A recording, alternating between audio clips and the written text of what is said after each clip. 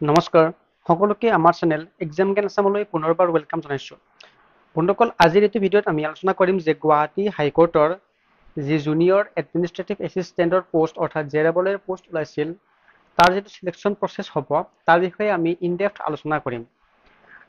এইবাৰ জেআৰএফত total post ওলাইছে 367টা আৰু এই পোষ্ট কেইটা ডিস্ট্ৰিক্ট ৱাইজ হয় অৰ্থাৎ বেলেগ বেলেগ ডিস্ট্ৰিক্টৰ কাৰণে নাম্বাৰ অফ ভেকেন্সিও বেলেগ বেলেগ হ'ব আৰু আপুনি যিকোনো এখন ডিস্ট্ৰিক্টতে এপ্লাই কৰিব পাৰিব। আমি এইটো ভিডিঅ'ত চাম যে এই যিটো জেআৰএফৰ পোষ্ট ওলাইছে তাত যিটো সিলেকশ্যন প্ৰচেছ হ'ব তাত টোটেল কিমানটা ষ্টেজ থাকিব আৰু প্ৰত্যেকটো ষ্টেজৰ বিষয়ে আমি সবিশেষ ডিটেইলছ আপোনালোকক জনাই যাম। গতিকে ভিডিঅ'টো এটা বহুত বেছি ইম্পৰ্টেণ্ট হ'ব। সো যিসকলে জেআৰএফৰ এক্সাম দিম বুলি ভাবিছে তেওঁলোকে ভিডিঅ'টো স্কিপ নকৰি শেষলৈ চাব। আৰু লগতে বন্ধুসকল যদি আপুনি ফাৰ্ষ্ট টাইম আমাৰ চেনেল ভিজিট কৰিছে তেতিয়াহ'লে চেনেলটো ছাবস্ক্ৰাইব কৰিব আৰু লগতে কাষতে থকা বেল আইকনটো প্ৰেছ কৰি দিব। বন্ধুসকল জেআৰএফৰ এক্সামটো টোটেল ষ্টেজ থাকিব 3টা আৰু এই প্ৰত্যেকটো ষ্টেজৰ বিষয়ে আমি সবিশেষ এতিয়া আলোচনা কৰিব গৈ আছোঁ। বন্ধুসকল যিটো ষ্টেজ 1 হ'ব সেইটো হৈছে এটা কমন ৰিটেন টেষ্ট আৰু এইটো হ'ব MCQ বেছড মানে 4টা অপশ্যন দি থাকিব আৰু আমি তাৰ পৰা কাৰেক্ট অপশ্যনটো বাছিব লাগে। ইয়াৰে যিটো টোটেল ডিউৰেশ্যন সেইটো হৈছে 2 ঘণ্টা আৰু তাৰ কাৰণে টোটেল মাৰ্কছ থাকিব 120। কোনটো সেকশনৰ পৰা কিমান মাৰ্কছ আছে মই এতিয়া আপোনাক কৈ আছোঁ। যিটো জেনেৰেল ইংলিছ সেকশন আছে তাৰ পৰা আহিব 50 মাৰ্কছ। জেনেৰেল নলেজ লগতে তাত কম্পিউটাৰৰ কুৱেশ্যন দেখা পোৱা যাব আৰু তাত থাকিব আমাৰ 30 মাৰ্কছ। জেনেৰেল এপটিটিউড অৰ্থাৎ মেথমেটিক্স তাৰ পৰা থাকিব 20 আৰু যিটো লাষ্ট আছে এন আছামিজ লেংগুৱেজ ইয়াৰ পৰা আহিব 20 মাৰ্কছ হৈ গ'ল। সো গোটেই মিলি হৈ গ'ল আমাৰ 120 মাৰ্ক। কিন্তু ইয়াত এটা ইম্পৰ্টেণ্ট কথা আছে সেইটো হ'ল আছামিজ লেংগুৱেজ। যিটো আছামিজ লেংগুৱেজৰ 20 মাৰ্কছ আছে সেইটো হৈছে জাষ্ট কোৱালিফাইং ইন নেচাৰ মানে তাৰ মাৰ্কছটো যিটো মেৰিট লিষ্ট বনাব তাত যোগ নহয় আৰু ইয়াত কোৱালিফাই কৰিবৰ কাৰণে 20ৰ ভিতৰত আপুনি 40% পাব লাগিব। 20ৰ 40% মানে কি 8 মাৰ্কছ মানে আপুনি এই 20ৰ ভিতৰত এটলিষ্ট মিনিমাম 8 মাৰ্কছ পাবই লাগিব নেক্সট ষ্টেজলৈকে কোৱালিফাই হ'বৰ কাৰণে। এতিয়া কথাটো হ'ল নেক্সট যিটো ষ্টেজ থাকিব ঠিক আছে তাৰ বিষয়ে মই আপোনাক কৈ আছোঁ, কিন্তু কথাটো হ'ল যে নেক্সট ষ্টেজৰ কাৰণে আপুনি ধৰক আপুনি এখন ডিষ্ট্ৰিক্টৰ কাৰণে এপ্লাই কৰিছে। সাপোজ আপুনি কামৰূপ ৰুৰেলৰ কাৰণে এপ্লাই কৰিছে ঠিক আছে, কামৰূপ গ্ৰামৰ কাৰণে আপুনি এপ্লাই কৰিছে আৰু কামৰূপ গ্ৰামত এইবাৰ ভেকেন্সি আছে 10টা। সো 10ৰ 5 গুণ অৰ্থাৎ কিমান 50। সো 50জন ছাত্ৰ ছাত্ৰীকে যিটো নেক্সট ষ্টেজ তালৈকে প্ৰমোট কৰিব ঠিক আছে, মানে 1:5 ৰেচিঅ'ত নেক্সট ষ্টেজলৈকে প্ৰমোট কৰা হ'ব ঠিক আছে। এতিয়া আমি চাম ষ্টেজ 2ৰ বিষয়ে যে ষ্টেজ 2ত কি লাগে আমাক। তো বন্ধুসকল যিটো ষ্টেজ 2 থাকিব সেইটো হৈছে মেইনলি কম্পিউটাৰ স্কিল টেষ্ট আৰু তাৰ যিটো টোটেল মাৰ্কছ সেইটো হৈছে কিমান 35 মাৰ্কছ ঠিক আছে। আৰু 35 মাৰ্কছটোকো তেওঁলোকে দুটা সেকশনত ভাগ কৰিছে। প্ৰথমটো হ'ল যে computer typing test in a typing application software, মানে এটা টাইপিং এপ্লিকেশ্যন থাকিব এটা টাইপিং ছফ্টৱেৰ থাকিব য'ত নেকি আপোনালোকক টাইপিং কৰিবৰ কাৰণে দিয়া হ'ব। আৰু ইয়াত কি চাব, ইয়াত চাব যে আপুনি মানে নিৰ্ধাৰিত টাইমখিনিৰ ভিতৰত কিমানটা ৱৰ্ড টাইপ কৰিলে অৰ্থাৎ ইয়াত চোৱা হ'ব WPM মানে ৱৰ্ড পাৰ মিনিট, মানে মেইনলি ইয়াত চাব গ'লে আপোনাৰ স্পীড চোৱা হ'ব, বেলেগ নাই অনলি স্পীড চোৱা হ'ব। আপুনি কিমান স্পীড টাইপ কৰিলে লগতে আপোনাৰ স্পীড একুৰেচি কিমান কাৰেক্টলি কৰিব পাৰিলে লগতে কিমান স্পীড সেইটো চাব। যিটো সেকশন এ আছে আৰু তাৰ কাৰণে মাৰ্কছ থাকিব 20 মাৰ্কছ হৈ গ'ল ক্লিয়াৰ। নেক্সট যিটো আছে বি তাত কি চাব proficiency in word processor and spreadsheet আৰু তাৰ মাৰ্কছ থাকিব 15। ইয়াত কি চাব, ইয়াত যিটো মাইক্ৰ'ছফ্ট অফিচ ৱৰ্ড আছে ঠিক আছে, মাইক্ৰ'ছফ্ট অফিচ ৱৰ্ড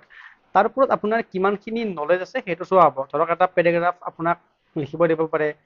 হয়তো পেৰাগ্ৰাফটো দি দিব বা আপোনাক নিজে বনাই লিখিব দিব পাৰে, সেইটো ক'ব নোৱাৰি। আৰু তাত ধৰক আপোনালোকক এলাইনমেণ্ট মিলাব দিলে, বৰ্ডাৰ দিব দিলে, হেডাৰ ফুটাৰ, তাৰপিছত ধৰক আপোনালোকক এই বৰ্ডাৰৰ ডিজাইন দিব দিলে, এনেকুৱা ধৰণৰ বস্তুবিলাক ৰিপ্লেচ কৰা, ফাইন কৰা, কিবা যদি স্পেলিং মিষ্টেক আছে সেইবিলাক চেক কৰা, এনেকুৱা ধৰণৰ বস্তুবিলাক দিব, জাষ্টিফাই কৰা, এইখিনি আৰু বেছিক যিখিনি ৱৰ্ডৰ থাকে তাৰ পৰা কুৱেশ্যন এইটোত আহিব আৰু তাত মাৰ্কছ থাকিব 15। চ' টোটেল হৈ গ'ল আমাৰ ষ্টেজ 2ৰ কাৰণে 35 মাৰ্কছ ঠিক আছে। আমি চাম এতিয়া যে ষ্টেজ 3 তাৰ আগতে বন্ধুসকল মই ইয়াত জনাম যে আপুনি যেতিয়া ষ্টেজ 1ৰ পৰা ষ্টেজ 2লৈকে আহিছিল তাৰ ৰেচিঅ' কিমান আছিল 1:5, কিন্তু ষ্টেজ 2 ৰ পৰা জাষ্ট আপুনি ষ্টেজ 3 লৈকে যাব ষ্টেজ 2 ৰ পৰা ষ্টেজ 3 যাওঁতে আপোনাৰ যিটো ৰেচিঅ' সেইটো হৈ যাব 1:3 মানে যদি পোষ্ট থাকে এটা তাৰ বিপৰীতে 3জন কেণ্ডিডেটক ষ্টেজ 3 লৈকে প্ৰমোট কৰা হ'ব মানে তেখেতে ষ্টেজ 3 পাব তো ঠিক আছে আমি এতিয়া চাম যে ষ্টেজ 3 কি আছে তো বন্ধুসকল ষ্টেজ 3 চাব গ'লে বেলেগ একো নাই ইয়াত জাষ্ট এটা আপোনালোকৰ ফাইভা হ'ব যাৰ কাৰণে মাৰ্কছ থাকিব 15 মাৰ্কছ ঠিক আছে ফাইভা হ'ব আৰু ফাইভাৰ কাৰণে মাৰ্কছ থাকিব 15 মাৰ্কছ এতিয়া আপোনাৰ যিটো টোটেল গ্ৰেন হ'ব মানে গ্ৰেন টোটেল হ'ব সৰ্বমুঠ মাৰ্ক সেইটো হ'ব 150 কেনেকৈ হ'ল 150 টো ৰিটেনৰ কাৰণে আছিলে আপোনাৰ 100 যিহেতু 20 নম্বৰ তুমি বাদ দিব লাগিব অসমীয়াটো 100 হ'ল স্কিল টেষ্ট কম্পিউটাৰৰ পৰা আহিব আপোনাৰ 35 নেক্সট ফাইভাৰ পৰা আহিব আপোনাৰ 15 অৰ্থাৎ টোটেল হৈ গ'ল 150 আৰু 150 ৰ ভিতৰত আপুনি কিমান মাৰ্কছ পালে তাৰ ওপৰত ডিপেণ্ড কৰি যিখন মানে মেৰিট লিষ্ট যিখন ফাইনেল মেৰিট লিষ্ট হ'ব সেইখন বনোৱা হ'ব আৰু এইখন যিখন মেৰিট লিষ্ট সেইখন হ'ব মন কৰিব ডিষ্ট্ৰিক্ট ৱাইজ অৰ্থাৎ কামৰূপৰ কাৰণে বেলেগ হ'ব কামৰূপ ৰুৰেল মেট্ৰ' এইবিলাকৰ কাৰণে বেলেগ হ'ব বা বেলেগ বেলেগ যিবিলাক ডিষ্ট্ৰিক্ট আছে সেইবিলাকৰ কাৰণে বেলেগ বেলেগ কাট অফ ইয়াত দেখিবলৈ পোৱা যাব ঠিক আছে আমি ভিডিঅ'টো শেষ হ'ব হৈছে প্ৰায় তাৰ আগতে দুটামান আপোনালোকক ইম্পৰ্টেণ্ট কথা মই ইয়াত জনাই যাম চ' মই ইয়াত যিটো ইম্পৰ্টেণ্ট কথাৰ বিষয়ে কৈছিলোঁ সেইটো হ'ল যে ছাপ'জ দুজন কেণ্ডিডেট আছে এজন হৈছে এ এজন হৈছে বি ঠিক আছে আৰু ধৰি লওক দুয়োজনে গ্ৰেন টোটেল অৰ্থাৎ 150ৰ ভিতৰত 120 দুয়োজনেই পাইছে এতিয়া কথাটো হ'ল যে ফাইনেল চিলেকশ্যনটো কাক দিব মানে কাক নিযুক্তি পত্ৰখন দিব মানে চ' বস্তুটো যদি চাব যায় কি হ'ব যিজন কেণ্ডিডেট এ আৰু বি যদি চেম মাৰ্কছ থাকে তেতিয়া ঘটনাটো কি হ'ব সিহঁতৰ যিটো ৰিটেনৰ মাৰ্ক অৰ্থাৎ যিটো 100 থাকে ৰিটেনৰ কাৰণে MCQ সেই 100 লগতে চাব সিহঁতৰ কম্পিউটাৰ স্কিল টেষ্ট য'ত নেকি থাকিব 35 অৰ্থাৎ 135 চ' এই 135 অৰ্থাৎ ফাইভাৰটো বাদ দি কেনে যি 135 থাকিব তাৰ ভিতৰত কোনে কিমান মাৰ্কছ পাইছে সেইটো চাব এতিয়া ধৰি লওক যে এই নামৰ কেণ্ডিডেটজনে পাইছে